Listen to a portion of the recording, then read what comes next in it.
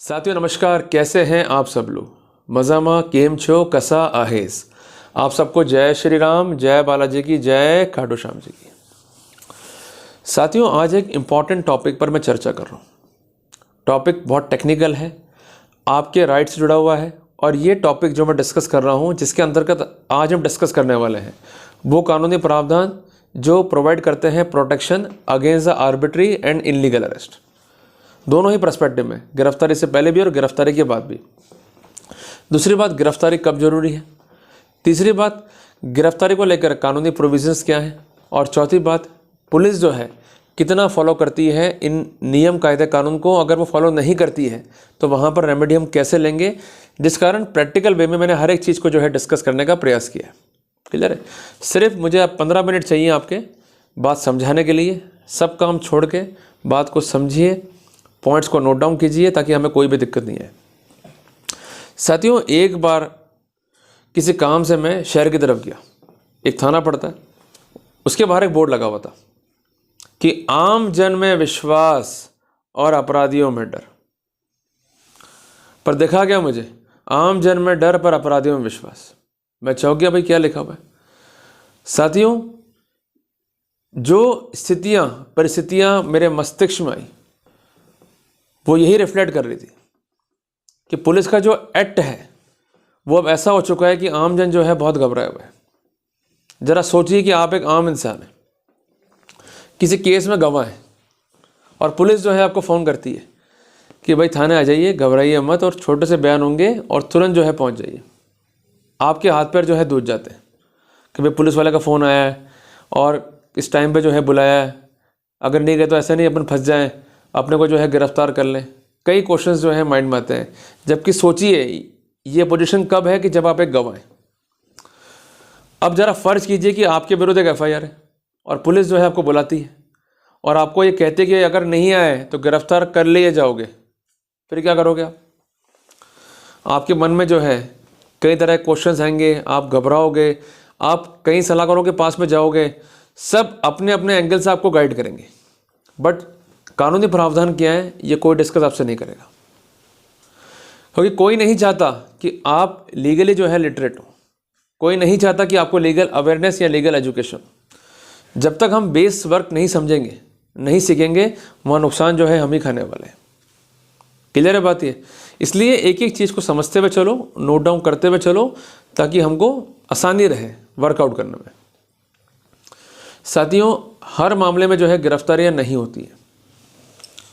मैं आपको एक बात स्पष्ट कहना चाहता हूं, ऑनरेबल सुप्रीम कोर्ट ने सिद्धार्थ बनाम स्टेट ऑफ यूपी के मामले में स्पष्ट किया था कि अरेस्ट की पावर होना और उसे एक्सरसाइज करना दो अलग अलग बातें। अगर आप अरेस्ट की पावर को एक्सरसाइज कर रहे हो, there must be a justification. अगर जस्टिफिकेशन नहीं है, अरेस्ट विल बी इनलीगल। ज़रा सोचिए, हर व्यक्ति की रेपुटेशन है, और अगर गिरफ्तार कर रहे हैं उसे तो रेपुटेशन कितनी एफर्ट होती है। जो मान सम्मान उसका पहले था लोकेलिटी में, क्या वो रह पाएगा? तो इसलिए कानून में प्रोटेक्शंस दिए गए हैं आपको, बट उन्हें आप एक्सरसाइज नहीं करते। जब पुलिस फ़ोन करती है आप इधर उधर भागते रहते हैं, सेटिंगबाजी करते रहते हैं, अल्टीमेटली पैसों से भी लुटते हो, सुख चैन खराब होता है वो अलग, और निष्कर्ष एंड में यही आता है कि यहाँ पर गिरफ्तारियाँ संभव ही नहीं थी। तो इसलिए आप शांति से बैठ के एक कॉपी और एक पेन जो है यहाँ पर आपने को लेना पड़ेगा, उसको लेके चलिए और टॉपिक लिखिए सबसे ऊपर, arrest versus the justification of arrest. लिख लिया? साथियों BNSS कानून का चैप्टर नंबर 5 अध्याय 5 बात करता है गिरफ्तारी की, कि पुलिस वारंट के बगैर जो है गिरफ्तार कब कर सकती है। साथियों कानूनी प्रोविज़न क्या है कि मजिस्ट्रेट के वारंट के बगैर या किसी वारंट के बगैर पुलिस जो है गिरफ्तार कर सकती है किसी व्यक्ति को जो कमिट करता है कॉग्निजेबल ऑफेंस। इसका मतलब अगर अपराध कॉग्निजेबल नहीं है तो गिरफ्तारी नहीं होगी। अब कौन से अपराध कॉग्निजेबल है, कौन से नहीं है, इसलिए इसको जानने के लिए आपको BNSS का शेड्यूल जो है पढ़ना पड़ेगा। उसमें साफ साफ लिखा हुआ है कि ये अपराध तो कॉग्निजेबल है और ये अपराध नॉन कॉग्निजेबल है, संज्ञेय असंज्ञेय। अगर अपराध असंज्ञेय है तो गिरफ्तारी नहीं होगी, इस बात को नोट डाउन कर लीजिएगा। क्लियर है। और दूसरी बात, असंज्ञेय अपराध में FIR नहीं कट सकती है।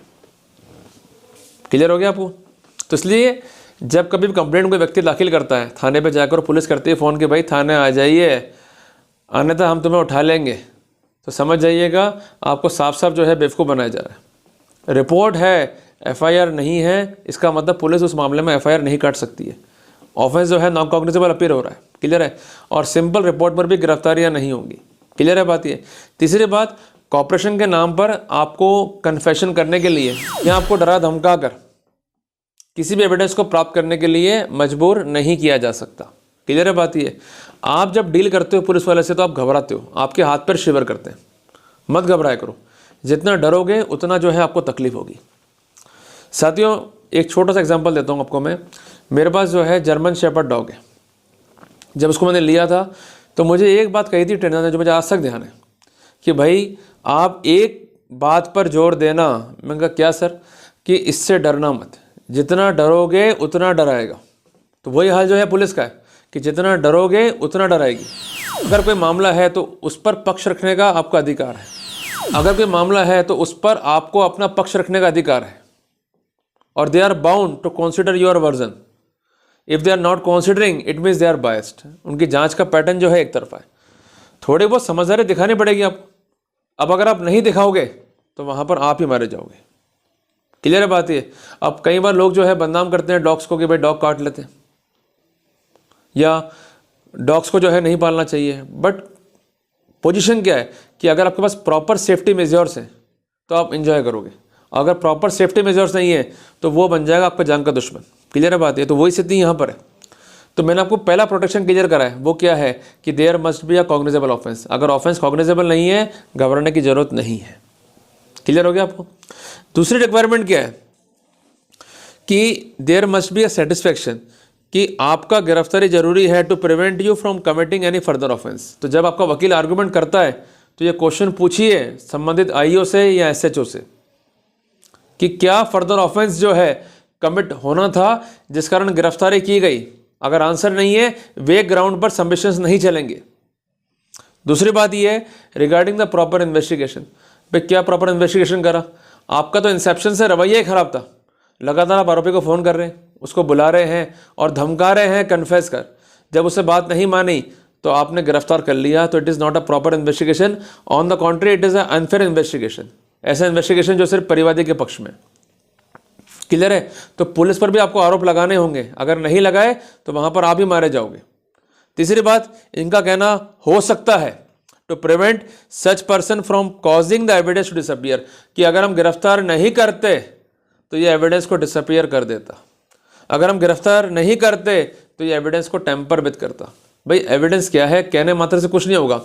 और कई बार ऐसा होता है fill in the blanks form में ये आपका जो अरेस्ट मेमो है वो तैयार कर लेते हैं, और बेनिफिट देना है या नहीं देना है अरेस्ट का या नॉन अरेस्ट का, तो वहाँ पर इनका डिस्क्रिप्शन जो है वो सिर्फ है टिक क्रॉस नॉन एप्लीकेबल। ये बेनिफिट देना संभव नहीं है, या ये व्यक्ति जो है गवाहों को डरा धमका देगा। जर्नल जो है ये फैक्ट्स को लिख के ले आते हैं without any supporting and कॉरोबरेटिव evidence. तो आपको अपने बेल एप्लीकेशन में ये सारे पॉइंट लिखने पड़ेंगे। इवन अगर रिमांड को अपोज कर रहे हो तो ये सारे पॉइंट लिखने पड़ेंगे। अगर नहीं लिखोगे तो फिर कुछ नहीं होगा।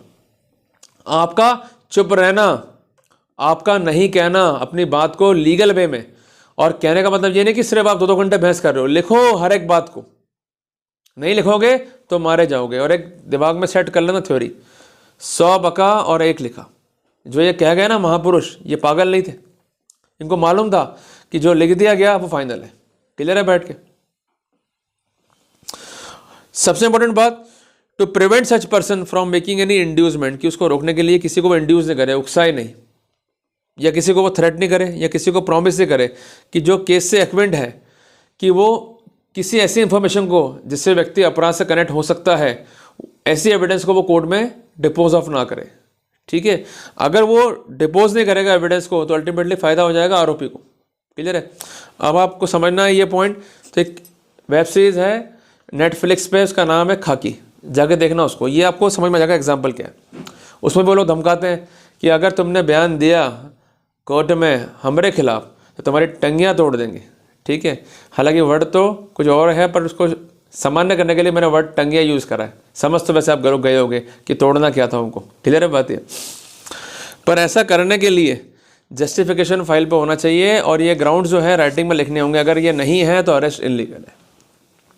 अब इसी कॉन्टेक्स्ट में धारा 35 सब क्लॉज 3 क्या बोलता है कि ऐसा पुलिस अफसर जिसको पूरा विश्वास है कि वो गिरफ्तार नहीं करना चाहता, तो वो उस व्यक्ति को नोटिस जारी करेगा जिसके विरुद्ध जो है एलिगेशंस हैं कि आप आ जाइए और आपके विरुद्ध जो है कंप्लेंट है या एक क्रेडिबल इंफॉर्मेशन है या रीजनेबल सस्पिक्शन है और ये कंसर्न है विद द कॉग्निजेबल ऑफेंस, और आके कॉपरेट कीजिए। अगर वो व्यक्ति कॉपरेट करता है तो वहाँ पर गिरफ्तारियाँ नहीं होंगी। अब यहीं पर सारा खेल है और जो पुलिस जो सारा झोल करती है वो यहीं पर करती है। वो कहता है कि हमने बुलाया पर वो नहीं आया, हमने बुलाया पर वो नहीं आया। और आपको भी जब नोटिस नहीं आता है तब भी आप टेंशन में आ जाते हो, जब नोटिस आता है तब भी टेंशन में आ जाते हो। एक बात ध्यान रखिएगा कि जब भी धारा 35 सब क्लॉज 3 BNSS का नोटिस आ रहा है, इसका रिप्लाई ज़रूर कीजिए। और FIR जो है आपको नेट पे मिल जाती है। कई बार ऐसा होता है कि अपराध के कॉन्टेक्स्ट में ये लोग रेस्ट्रिक्टेड मोड करके FIR को अपलोड नहीं करते, तो वो भी आपत्ति आप ले सकते हो और अपने वकील से संपर्क करके आप कोर्ट से भी जो है कॉपी ले सकते हो FIR की। क्लियर है बात ये? तो ये आपका अधिकार है, कोई भीख नहीं है, इसकी जानकारी आपको होनी चाहिए। तो कुल मिला के अरेस्ट रिक्वायर्ड नहीं है उन मामलों में जहां वो सेटिस्फाइड है कि गिरफ्तारी आवश्यक नहीं है, बट आपकी अपीयरेंस जो है रिक्वायर्ड है। इन दैट कॉन्टेक्स्ट वो आपको नोटिस देगा और उसमें टाइम और प्लेस जो है स्पेसिफिक कर देगा। पर आपको एक बात स्पष्ट कर दूं कि धारा 41 CRPC का ही एक रूप है धारा 35 सब क्लॉज 3। क्लियर है? तो हम ये निष्कर्ष निकाल सकते हैं कि जिन मामलों में सजा जो है 7 साल तक है अनुमानित रूप से, वहाँ पर पुलिस जो है बाउंड है to give you the notice. और अर्नेज बनाम स्टेट ऑफ बिहार में तो ये स्पष्ट है कि जिन मामलों में सजा जो है 7 साल तक है, वहाँ तो इम्पेरेटिव है पुलिस के लिए कि उनको नोटिस देना ही पड़ेगा। अनवारंट तरीके से गिरफ्तार नहीं करना है। अगर गिरफ्तारियाँ कर रहे हैं तो कंसर्न जो पुलिस वाले हैं वो जिम्मेदार होंगे और उनके विरुद्ध डिपार्टमेंटल एक्शन होगा। और अगर मजिस्ट्रेट भी इस तरह के डिटेंशन को अलाउ करता है तो वो भी जो है जिम्मेदार होगा। तो इसलिए बोलना सीखिए, अपनी बात को रखना सीखिए। अगर नहीं रखेंगे तो आप दुख पा जाएंगे। सबसे इंपॉर्टेंट बात, अगर नोटिस आया है तो वो कंसर्न व्यक्ति जो है अपीयर होगा और जो कंडीशंस है उसको कंप्लाई विद करेगा। बट एक बात ध्यान रखिएगा कि in context of compliance they can not compel you कि आप कन्फेशन करो, आप कबूल हो। जब कभी थाने जा रहे हो तो आपको सेफ्टी मेजर्स लेके चलने हैं, आपको गैजेट्स जो है लेके चलने पड़ेंगे और इतने गैजेट्स मार्केट में अवेलेबल है जिससे आप रिकॉर्डिंग जो है इजीली कर सकते हो। क्लियर है कि उन्होंने क्या कहा, क्या धमकाया, एक एक एविडेंस जो है पास में होना चाहिए आपके। अगर आप ये सेफ्टी नहीं लेके चलोगे तो वो लोग गुर्राएंगे आपके ऊपर, धमकाएंगे आपको और अल्टीमेटली आप ही परेशान हो जाओगे। तो वकील के पास जाओ, पर जाने से पहले सेफ्टी भी करो कि कैसे वर्कआउट करना है अपने को, कैसे डील विद करना है ऐसे लोगों के साथ में। अगर आप ही गलतियां करोगे तो फिर हम कैसे बचा पाएंगे आपको? हम लोग आपके एडवाइज़र हैं, बट हिम्मत आपको दिखानी पड़ेगी, मेहनत करनी पड़ेगी आपको। अब आपको डर लगेगा, आपकी हालत ख़राब हो गई, चक्कर आएंगे, अरे ऐसा तो नहीं हो जाएगा कि हमारा सब कुछ उखाड़ देंगे जी, हमको तो बहुत डर लगता है, तनिक हम तो नहीं लड़ सकते, तो फिर गड़बड़ हो जाएगा। इसलिए हिम्मत दिखानी पड़ेगी आपको। अगर हिम्मत नहीं दिखाओगे तकलीफ हो जाएगी। क्लियर है? और सबसे अच्छी बात क्या है सेक्शन 35 सब क्लॉज 7 में कि जहाँ पर पनिशमेंट जो है वो कम क्वांटिटी में है तो वहाँ पर कौन गिरफ्तार कर सकता है आपको? No arrest shall be made without the prior permission of DYSP in case where the offence is punishable for imprisonment of less than 3 year or such person is infirm or above the age of 60 year. कि अगर कोई व्यक्ति जो है बीमार है, इस पर जोर दो, इन्फर्म है या 60 साल से ऊपर का है, या पनिशमेंट जो है उस अपराध का 3 साल से कम है, तो वहाँ पर परमिशन चाहिए DYSP की। ये एडिशनल प्रोटोकॉल मिल गया आपको जो पहले नहीं था। तो इसलिए बूढ़े परेशान ना हो, जो इन्फर्म में परेशान ना हो, उनके प्रोटेक्शन के लिए ये प्रोविजंस जो है इंकॉर्पोरेट किए गए। अब करना क्या है कि पुलिस जो है बुलाती है, आपको धमकाती है, नोटिस नहीं देती है, तो आपको जरिए एडवोकेट जो है नोटिस देना है पुलिस को। आप इवन एडवोकेट को भेज सकते हैं थाने के ऊपर कि ऐसा क्या हो रहा है कि हमें नोटिस नहीं दिया जा रहा है, हमारा केस अन्य केस से अलग कैसे। रिटन एप्लीकेशन लिख कर देकर आओ, उसको बाय डाक भी भेज दो। बाय डाक मीन्स रजिस्टर्ड पोस्ट से। आप ईमेल भी कर दो, व्हाट्सएप भी कर दो। फिर भी कंप्लाई विद नहीं करते हैं, within next 24 hours move the anticipatory bail and even you may move before the honourable High Court for questioning of the entire FIR and the procedure subsequent thereto. कि police जो है बेईमानी कर रही है, harsh जो है action ले रही है और हमको तकलीफ दे रही है।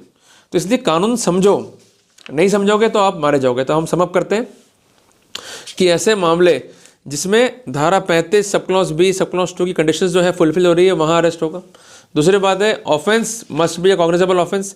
तीसरी बात है धारा 35 सब क्लॉज 3 को कंप्लाई विद करना होगा, धारा 35 सब क्लॉज 7 को जो है कंप्लाई विद करना होगा, और अगर नोटिस नहीं दिया तो वहाँ हम एंटिसिपेटरी या क्वेश्चन का प्रोटोकॉल जो है ले सकते हैं to prevent the abuse of process. Clear हो गया? तो चीज़ सिंपल लगी ना आपको? अब तो घबराओगे नहीं, तो विश्वास रहेगा ना अब आम जन में?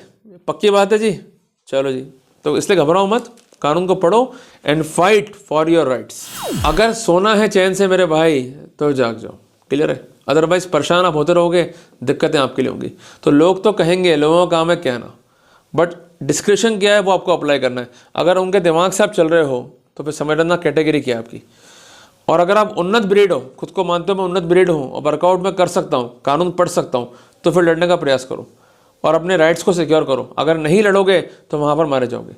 और कई बार ये पॉसिबिलिटी भी है कि पुलिस जो है लगातार आपको धमका सकती है। कई बार इस बात की पॉसिबिलिटी भी है कि वो आपसे पैसा मांग सकते हैं, इट इज कॉल्ड ब्राइब।